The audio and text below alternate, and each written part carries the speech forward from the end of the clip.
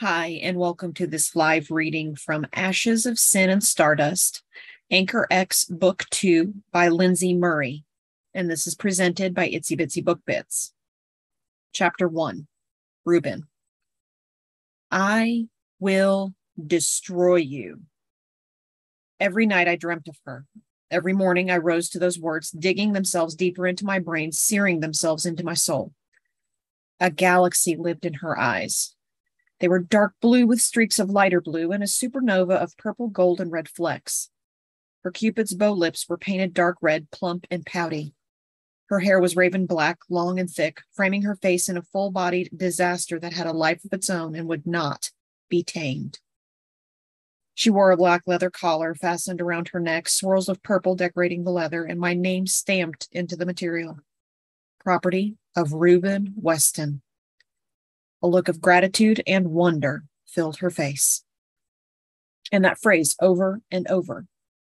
I will destroy you. I will take everything you know and love. I will be ruthless. I will put you in the ground. There won't be anything left by the time I'm done. Only ashes.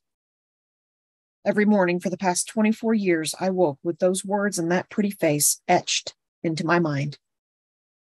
I had no idea who the girl was, but I'd been looking for her for over half my life. The dream had started off vague and grown more specific as time went on, but it never faded or changed. It only got stronger. Throughout my life, I had a variety of visions and dreams, some of them coming true, some of them fading away, and some changing when someone made a decision that affected their future. So far, this was the only one I got every night, without fail, and was the only one to never change and never fade. She only got brighter. She only got closer. My sub, my girl, the girl I was looking for, the one I was supposed to find, the one I was waiting for. I knew when I found her, my life would change. Was it me she would destroy, or was I to destroy her? I didn't know, but I had a feeling it would be worth it no matter what.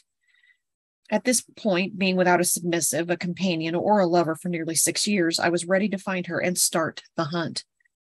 I was hungry for it, for the thrill, the adventure, the slow discovery of her, the unveiling of the layers of her soul. Inside me, the beast stirred. Find her. Catch her. All in good time, I told my inner demons, pushing them down. Be patient. She'll turn up. Even if it wasn't time to pursue her, to catch her, I ached to know who she was and what she was like. Stifling a groan and rolling over, I checked my phone. 4:59 a.m. I dismissed the 1 minute left on my alarm, forced myself to my feet, and got to work. The daily grind had become a coping mechanism for the boredom and frustration. Eat breakfast, run for 20 minutes and try to lift some weights, take a shower while the coffee brewed, boot up the laptop, answer emails, pack the suitcase, drive to the next meeting, hotel, restaurant, or whatever else was on my agenda for the day. It was always different, always changing, and always a mess. And yet it was always redundantly the same. A chaotic, well-practiced routine.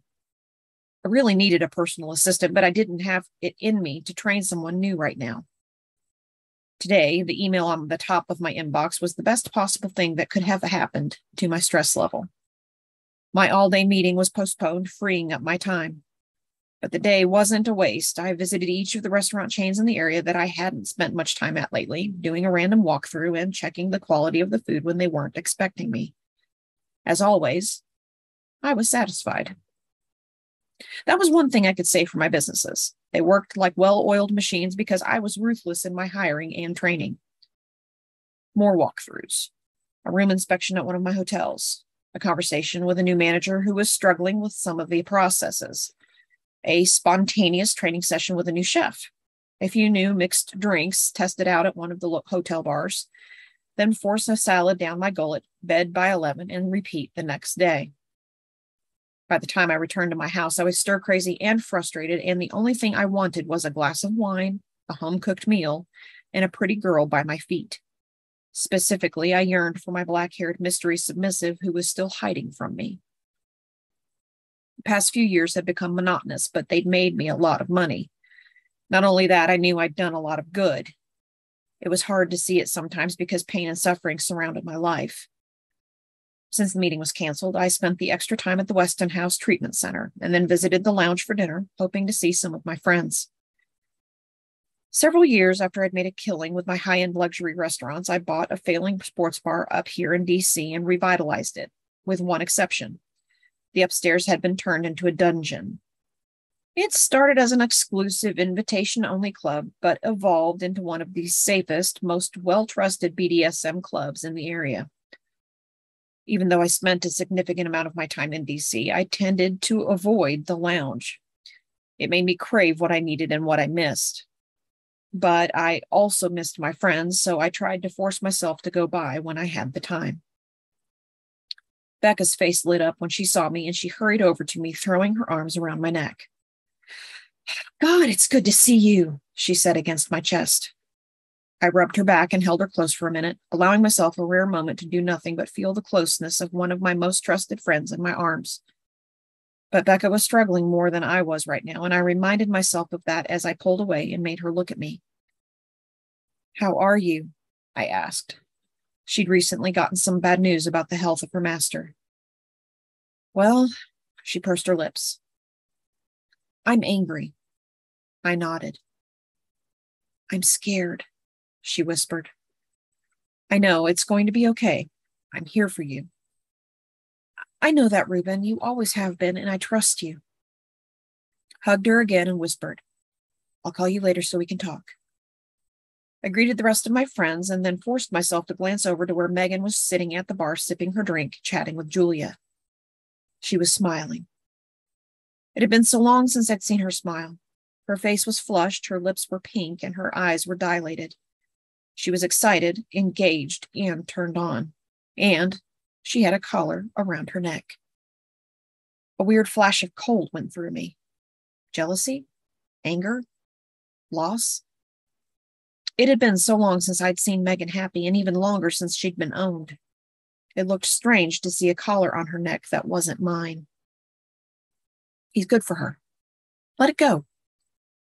But I couldn't turn it off that easily. Megan had been mine for over 3 years. While we both stood by our decisions to end our dynamic, it was still uncomfortable, and I harbored a lot of guilt about the way things had gone. I felt Mike's hand on my shoulder, and I tore my eyes away from Megan. I nodded to her while looking at Mike. "She okay?" Mike and Becca both assured me she was happy. I felt another twist in my gut. I wasn't sure if it was relief or disappointment. No time to think about that right now. "How long will you stay?" "Just the evening, heading home tomorrow." "Will you come by the Weston House in the morning?" Becca asked. "I have a guy who I think you should talk to. I think he would be good for Maya." I nodded. I would put me behind, and I would get home late, but the chance of placing one of the girls with a good guardian was worth it. I spent the rest of the night catching up with my friends and allowing myself a rare cocktail. It was hard to sit in the lounge and watch when I couldn't participate. That was half the reason I'd avoided coming by. These days it felt like everyone was happily partnered but me. Becca had her pup bound and gagged at her feet, and Mike Black had Stormy by his side. Julia, a former playmate of mine, was lying on her back with her head in Paul's lap, staring up at him with stars in her eyes while he stroked her hair and talked with Jackson, who held Nicole firmly in his lap. Everywhere I looked, I found people grouped into little clusters with their friends and partners beside them. My friends are beside me, I told myself, but it wasn't the same. I wanted my own. I needed my own. I missed having a submissive, someone who I could tease and spoil and play with. I dreaded the long car ride home and the empty house that waited for me when I got back. I felt someone come up beside me, and I glanced up to see Megan smiling down at me softly. "Hi, Reuben." "Hello, Megan," I whispered, the angel who I failed. How are you?"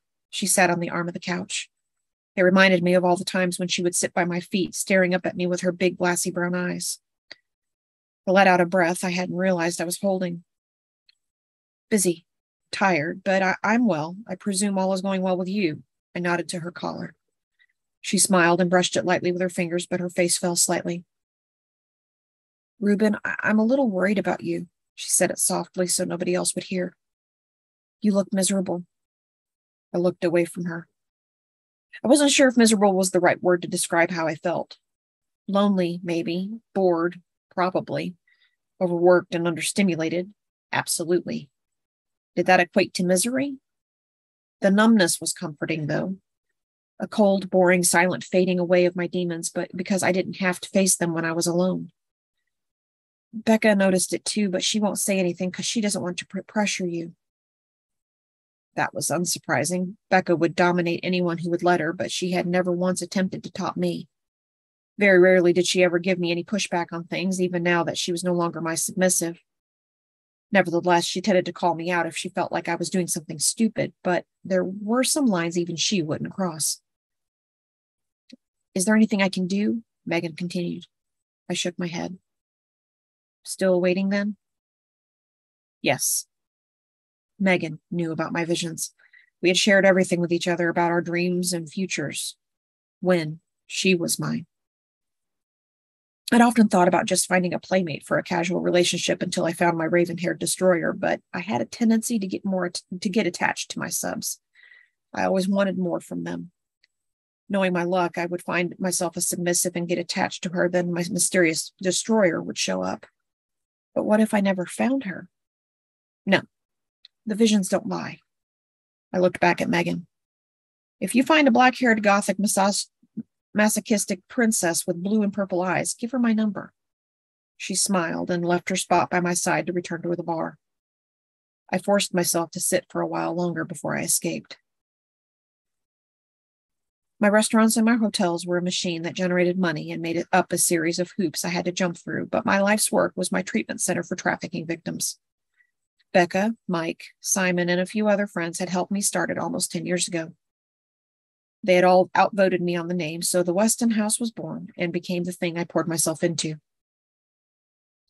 The girls who spent time at the center were given access to healthcare, therapy, safety, and education, and then placed with guardians to transition them to independence.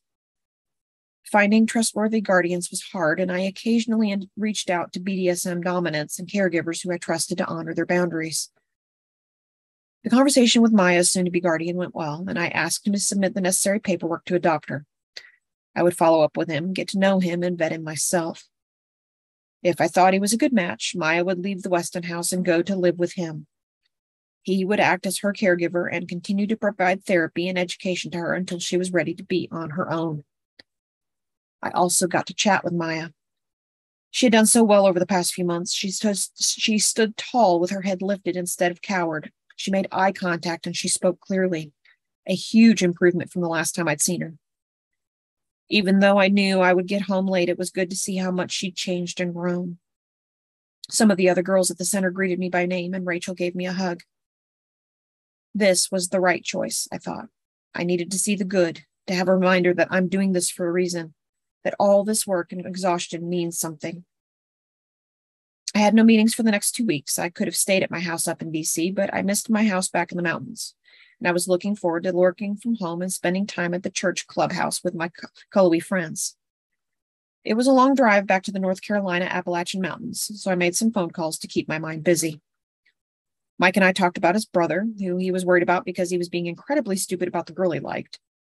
I know he's a sadist, and I know he hates himself for it. He won't talk to any of us about it. I promised to check in on Jamie as subtly as possible and try to give him some direction. I called Anthony just to touch base and see how everything was going at the underground, and he voiced his concerns. There's a lot of he said, she said about blood, hospital trips, and safe words being ignored. I might need some advice or at least an outside perspective. I promised to swing by the club and give him some advice when I had a chance. I finally called Becca, knowing that putting it off wasn't going to make it easier on either of us. Hey, what's the diagnosis? Lung cancer, she said, her voice thick with emotion. Oh, Beck, I'm sorry. I'm terrified, Reuben. I've been with him for so long. It's been years. He's all I know. He's all I remember. He's all I want to remember. What am I going to do? I knew she wasn't truly asking those questions, just voicing them to get them out of her head. What's going to happen to you is you'll be taken care of. You know that. Yes, I do. How long does he have, Beck? A year, maybe 2 if he does the treatments. He won't admit it, but I know he doesn't want to do them. You need to talk to him. I know, but I could hear her fighting back tears. When she spoke again, her voice was small, which seemed foreign coming from the bold, bright creature that she was. I don't want him to fight and stick around and suffer and be in pain just because of me. You need to talk to him, Becca Huxley. A deep breath and a long sigh. Yes, sir. Good girl. Now go torture Benny, have a drink, and get laid or something. It'll help. She laughed. We both know I don't get laid anymore. She hung up, and I looked at the clock. 6 more hours of driving. I listened to some music. I put on an audiobook of Abigail Rose's new novel. I listened to Jace Black's old podcast episodes, Leather and Lace. I stopped for a coffee and then put on more music. Frustrated and bored, I shut off the radio and mentally went through my newest visions to update my friends. I'd seen a vision of Sophie and Mark, 2 of my very best friends. Sophie was going to be confronted by a very painful person in her past soon, and I needed to warn and encourage her that she could handle it. I'd seen a vision of the girl at our clubhouse who we just called Kat because she had no name, facing her fear and following her passions again, even though she knew it was dangerous. I knew she was an artist and dancer, but I wasn't sure if there was something else she'd kept quiet about. A word of encouragement could make or break a decision like that. I'd seen a vision of Matt Greenwood holding a dying girl in his arms, his heart breaking and his whole life changing because of just one decision that hadn't been made yet. Matt was off saving the world in a special ops unit, so there wasn't anything I could do other than pray. And of course, my beautiful mystery girl, my destroyer. I saw her every night. The visions had started when I was 16, but stopped shortly after I'd chosen the trajectory of my life. I'd gone what some would call the worldly route. I left my church and my faith, took what I wanted, killed my conscience, and fed the beast. I followed that path for much of my life until the accident a little over 6 years ago had forced me to confront my choices. My legs still hurt sometimes when I thought about the months in physical therapy, but I could walk, which was more than I could say for the other people involved. I shut the whole experience out of my mind. We aren't going there right now. We aren't doing this. What's done is done. You made your choices, grow up, move on, and keep pushing forward. One thing was certain. My life had changed after the accident, and I'd learned my lesson. Listen to the master. Visions don't lie, and if you love something more than him, he'll take it away to regain your attention, as a good master should. I got back to Cullowhee at close to midnight. It was an easy drive, all things considered, with light traffic and no bad weather. I hit a pothole I didn't know was there, got detoured because of a rock slide on the mountain, and almost hit a deer and a bear cub, but I made it home alive. When I pulled into my driveway, the outdoor light didn't turn on and the garage door wouldn't open. Shit, not again. Leaving the lights of my car on so I could see, I hurried across the porch and unlocked my door, flicking the switch by the entryway. Nothing. Great. Not wasting time, I checked the refrigerator with trepidation. Sure enough, as soon as I opened the fridge, the stench of rot and mold hit me. I'd been traveling for over a week. Who knew how long the power had been out? God, I miss Dahlia. I shut that thought down. Dahlia was a service submissive I'd found up here at the university years ago. Through college, she had stayed here and served me while I was in town and cared for my house when I was away. She was sweet, but I didn't miss her any more than I missed any of my former PAs, submissives, or playmates. What I missed was having someone I could trust to deal with shit like random power outages or flooding or mudslides, so that when I got home from a trip, I wouldn't walk into an empty house with a small ecosystem living in my refrigerator. Missed having someone to climb into bed with at night, someone to share a meal with. I missed the rush of affection and pride I felt when my girl realized I was home and fell to her knees in front of me, thrilled to be in my presence again. I missed having someone who was mine. I shut the fridge and decided I'd deal with the uprising or anarchy in the vegetable drawer when the sun was out. Trying not to stomp around my house like a child having a tantrum, I grabbed a change of clothes and a bottle of wine, hauled myself back into my car, and drove 15 minutes back down the mountain to Greenwood Valley. There weren't many people in the church clubhouse when I arrived. It was July, and we were a college town, so school was out, and with it, 90% of our members. Alex was back from Russia. Sophie and Mark lived there full time, so they were around. Jake and his sister Maggie had just moved in as well.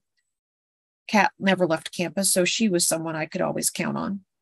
There were a few others, mostly the summer students, members of the sports teams who were training, and members of the marching band who had camp. But other than that, it was pretty empty. They'd have a room for me to crash in for the weekend, and I could call the electric company on Monday to get the power fixed. Maybe I could even borrow a generator from Andy Greenwood so I could take care of the fridge tomorrow. When I walked in the front door of the church, I was greeted by Jake's warm grin and a firm handshake. "Good to see you, Reuben," he said. "You too, Jake. You hear from your brother?" "Not since the last postcard." "Well, he's in our prayers, and I'm confident he returns home." Jake smiled back at me with a mix of relief and gratitude. His brother being in the army and unable to contact him was taking a toll, but he made an effort to trust that his brother would stay safe. I'd left the area after high school many years ago. When my father died several years later, I returned home to take over his bar. I'd met Jake and his brother Matt. Over the years, we became friends. Our significant age difference had never been an issue. Jake and Matt had asked me to come on campus to their weekly hangouts, pizza parties, and community service events, essentially forcing me back into the Cullowhee community and making me connect with people again. Mark Baker came in from the side door and gave me a hug.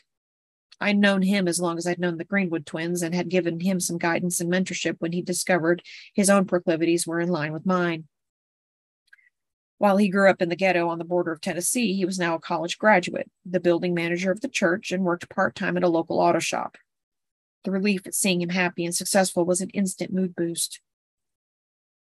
"Was there a storm recently?" I asked them both. "Not recently, but we had a thunderstorm about a week ago," Mark answered. "Well, that explains the situation in my fridge." "Oh, shit. Did you lose power?" "Power, groceries, and most of my patience." Sophie snuck out of the kitchen when she heard my voice and gave me a timid smile. Sweet, beautiful Sophie was a breath of fresh air every time I saw her. She was a curvy little kitten, submissive as hell, and not nearly as innocent as she appeared. With bright blue eyes, silky brown hair tied up in a ponytail that curved into a bouncy S shape, black-rimmed glasses, coffee-colored skin, and a cute knee-length dress, she was the embodiment of adorable. Her skills in the kitchen were almost as good as most of my chefs in my restaurants. She always looked up at me with bright-eyed innocence. I'd adored her from the moment I'd met her. Everyone did. Although I'd nearly fallen in love with her the moment I'd met her, I decided early on not to pursue her. I was far too cruel of a dom for her. She ended up falling in love with Mark, and I thought they were good together. She took one good look at me and my suitcase and asked, "Enchiladas or broccoli casserole?" I handed her the bottle of wine as an offering for her service. "You, my dear, are far too good to me. Enchiladas, please." "She's too good for everyone," Mark said, wrapping his arms around her waist and kissing her neck affectionately. "Especially me." "Don't you forget it," I said, giving him a serious glare. He smirked in response. Sophie ducked her head shyly, then trotted happily back to her kitchen with her hands cradling the bottle of wine. Kat appeared a minute later, cheeks flushed and a baby on her hip. Her long dark hair was tied up in a messy knot on the top of her head. The little one what she was holding appeared to be just under a year old and was trying very hard to continue crying into Kat's chest despite the comfort she was receiving. "You're up late," I said, approaching the two, cocking my head at the little girl. "Aren't you sleepy?" The young child shook her head and buried her face back in Kat's breasts, her fists gripping her shirt. "New?" I asked. Recently, the church had started taking in unwanted children, and Kat ran the nursery. Kat nodded and rubbed the child's back. "She got here last week. This is Emily." She kissed Emily on the top of her head and hugged her again. Kat looked up at me. "I've got room 401 ready for you." "You knew I was coming, didn't you?" She gave me a wink, tapped the side of her head twice, and took the grumpy child back into the nursery. Kat had only arrived a few months ago, but she'd thrown us all for a loop when we discovered that she, like me, had visions of some of our futures. I'd picked up on some major kink vibes from her, and we'd become pretty good friends. She was a switch dealing with the loss of her husband and submissive, and we vented our frustrations to each other over whiskey several times over the past few months. "Come upstairs and play Monopoly with us," Mark said. "Sophie will bring your food up when it's done." How'd you get her to fall in love with you anyway? I asked him. Man, I have no idea. She's crazy about me, and I can't tell you why. The excuse.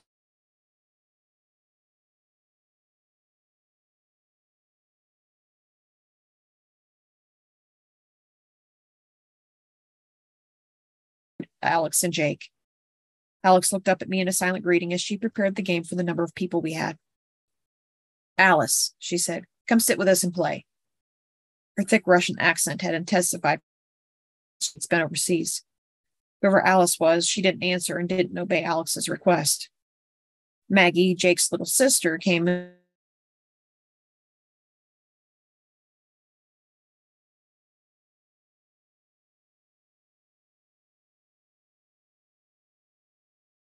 A whole 12 years old. I tried not to laugh. I remember when she was born. You can stay up past midnight on the weekends? I'm up past midnight almost every night because I have rehearsals. She lifted her chin proudly, and for a moment she looked just like her mother. I see. Alice, Alex said again. Stop ignoring me. I know you can hear me. Nah, I don't think so, said a voice I didn't recognize. I glanced over my shoulder to see who the mysterious Alice was, but couldn't see her. Devon and Lou were blocking my view. Kat came upstairs, shaking her arms out. Well, no need to go to the gym this week, she sighed and collapsed on the sofa beside Maggie, yawning like she was about to fall asleep and then laying her head on Maggie's shoulder. Maggie giggled and let Kat playfully lay on her. Alice Benson! Alex tried to recruit her friend again. Your spot awaits. I'm not playing. You can't make me, a loud, snotty voice cut through. Why not? Because I will destroy you. My breath caught, and I felt my body freeze in anticipation. Was it really her? Not likely. No, not here. Not today. Not out of the blue like this. And then my world came crashing down. She stood up and came out from behind Devon and Lou, her strange, beautiful eyes glowing in excitement, a light flush on her ivory cheeks, her hands gesturing emphatically.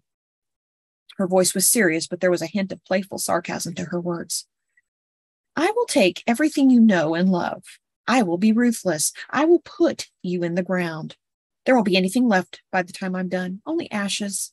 Ashes of your dignity and your honor. You will bow to me. You will praise my name, and you will burn that game as a sacrifice to the board game gods because you will never want to suffer that kind of slaughter ever again.